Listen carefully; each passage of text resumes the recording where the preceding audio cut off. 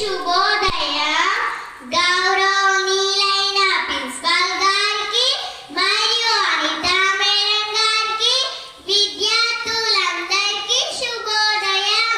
నా పేరు పన్నిక. నేను 2వ తరగతి చదువుతున్నాను. నా పేరు హిమా పటేల్. నేను 2వ తరగతి చదువుతున్నాను. ఈరోజు నేను చెప్పబోయే కథ అద్దం కథ. హిమా, అద్దం జాగ్రత్త. అద్దంతో ఆటలు ఆడకూడదు. బామ్మ, ఈ అద్దంలో ఏమి కనిపిస్తుంది? అద్దంలో నువ్వు చూసినప్పుడు నిన్ను చూపెడుతుంది, నేను చూసినప్పుడు నన్ను చూపెడుతుంది. బామ్మ, ఈ ప్రత్యేకమైన అద్దం మీద కాదుగా, మరి ఎందుకంత జాగ్రత్త? అద్దం నీకెన్నో పాఠాలు నేర్పుతుంది తెలుసా? బామ్మ, ఆ పాఠాలు ఏంటో చెప్పు.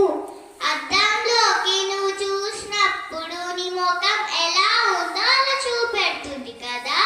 అలాగే నువ్వు కూడా నీ స్నేహితులకు ఇంకా వేరే వాళ్ళకైనా ఉన్నది ఉన్నట్టుగానే చెప్పాలని అద్దం ఇది మొదటి పాఠం. అలాగే అద్దం ముందు నువ్వు నిల్చున్నప్పుడు నిన్ను చూపెడుతుంది, లేకపోతే నిన్ను చూపెట్టదు.